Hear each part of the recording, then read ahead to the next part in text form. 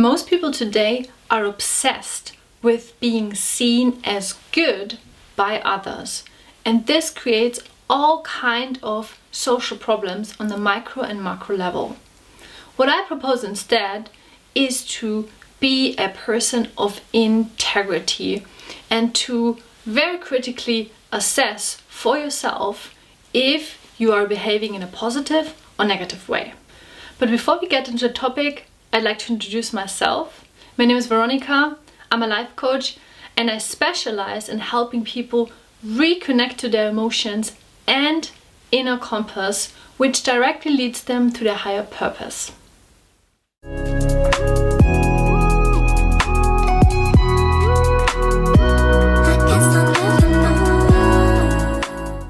So what is the problem with needing and wanting to be a good person in the eyes of others? There are two reasons for this. Number one, you can't count on that what others tell you is a good thing is actually positive. And the second reason is that what others maybe think is good for you to do is a good thing can make you deeply unhappy and completely disconnect you from your higher purpose. So I want to give you a few examples to illustrate those 2 points. So to the first point, that you can't count on what others tell you is a good thing is actually positive. And we just need to look into history to see so many examples of this. So the first example, you used to be seen as a good teacher who was great at his or her job when you were beating and assaulting your students. Second example, you used to be seen as a good doctor when you would give depressed housewives cocaine so that they would, have a lift in mood and feel better about their lives. Of course, in the first example, we know that physical punishment and assaulting children just leads them to become so traumatized later, and it's not at all a good parenting or teaching method. To the second example, of course, we know now today that cocaine does not solve any problems, but it makes everything just worse. But back in the days, those used to be seen as the good examples of society, like outstanding members of society. And today would say, oh my gosh, these people actually committed crime. Then, of course, another example is here that in authoritarian regimes, for example, the Soviet Union and Nazi Germany, you were supposed to be a good person when you would rat out your neighbors who would not conform to the authoritarian state. And of course people say, oh, this is an extreme example, but the thing is that history is always in making, and those people did not know, many of them were not aware that they were in an authoritarian regime, right? For them it was just normal at that point. Of course, also when large groups commit atrocities, for example, murdering other groups of people, in that group you were always considered a good person when you would get along with the group. So we have to be really careful as mature adults to never ever submit without thinking about it into groupthink. Of course, there are also values in society that are really positive and really helpful. For example, there's a general understanding not to beat up strangers on the street. There's a general understanding of being nice to each other in the traffic. So these are things that are positive, but still you would evaluate for yourself: is this a good, positive thing that I should submit to? You would just not blindly follow some sort of group trend. And then to the second point, this is more of a relationship point. So very often people will think something is good and you should do something when it is actually not benefiting you. So for example, there are many people that only do a job because their parents think it's a good job, and then either they end up completely miserable, depressed and hate their life, or they blame their parents because they have wasted their life. And that's just really sad, in my opinion. And the list for this goes on and on, So people tend to create so much misery in their life because they want to be good for good people in front of their peers or others. And right now, this has actually reached such extreme levels, for example, with cancel culture.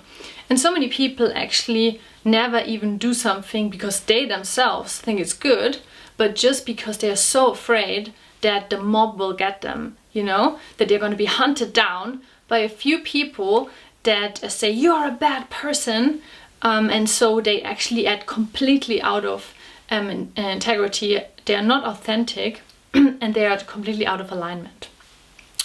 So actually, to mature as a person, to really step into adulthood, we have to free ourselves from this conditioning and from this addiction to needing to be good in the eyes of others. And of course, this has also roots in childhood. So many people are actually absolutely terrified not to be part of the group think, to be labeled as bad by other people, because they were always shamed and punished in childhood when they were not behaving in a way that their parents seemed good. And so this installed this intense fear in them. If I do something that other people don't like, then I'm going to be punished.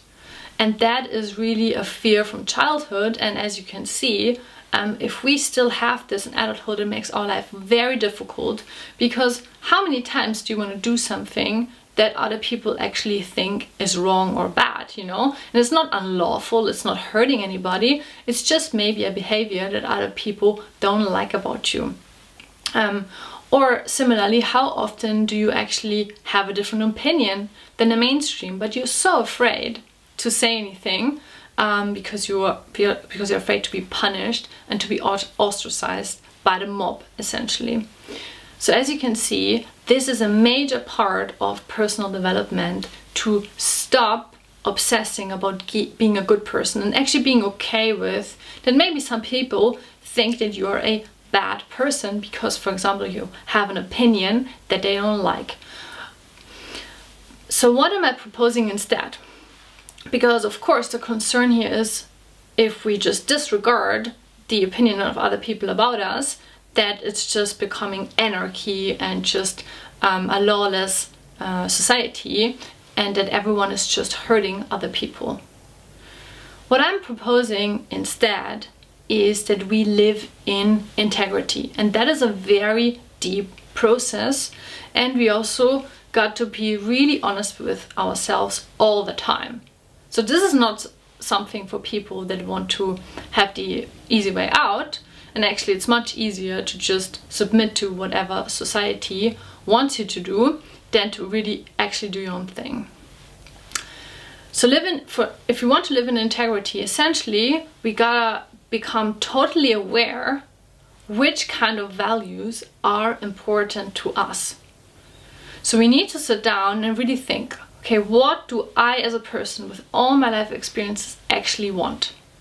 Not to be influenced by parents and how they want you to behave, not to be influenced by a society, but really listen to yourself. What feels right and feels good to you? And of course, in this process, we can have mentorship, we can ask people that we look up to, people that feel to us that they are really in integrity, and take on their advice. And also, throughout our whole life, this has to be in scrutiny. So whenever something new happens, new development, we have to see, oh, does this mean that I will change my values? And this actually, for integrated, mature people, this happens all the time. Because of course you can't know everything. So it could be that in 5 years I'm going to think about a subject completely differently because I have different and more information, and because I'm growing up as a person, I also will have a different perspective on things. For example, if I go into different parts of my life, for example, becoming a wife, becoming a mother, eventually becoming a pensioner. That is normal. That's not a bad thing. That's a sign of growing. So to recap, it's quite dangerous to be obsessed and addicted to needing to be a good person in the eyes of others, because you can become a part of groupthink that can go incredibly wrong and that can really head in a negative direction. or you can fall victim to living a life that is totally unaligned with your purpose, and it can make you deeply unhappy. What's the solution here? To live in integrity, to be completely aware of your own values and to live according to them. But for that, we need to always evaluate, are these values still accurate? And it's also really helpful to take on advice and guidance from people that we admire. So thank you so much for watching this video, and I hope it'll help you in your emotional development into becoming a true, mature person who lives fully in integrity.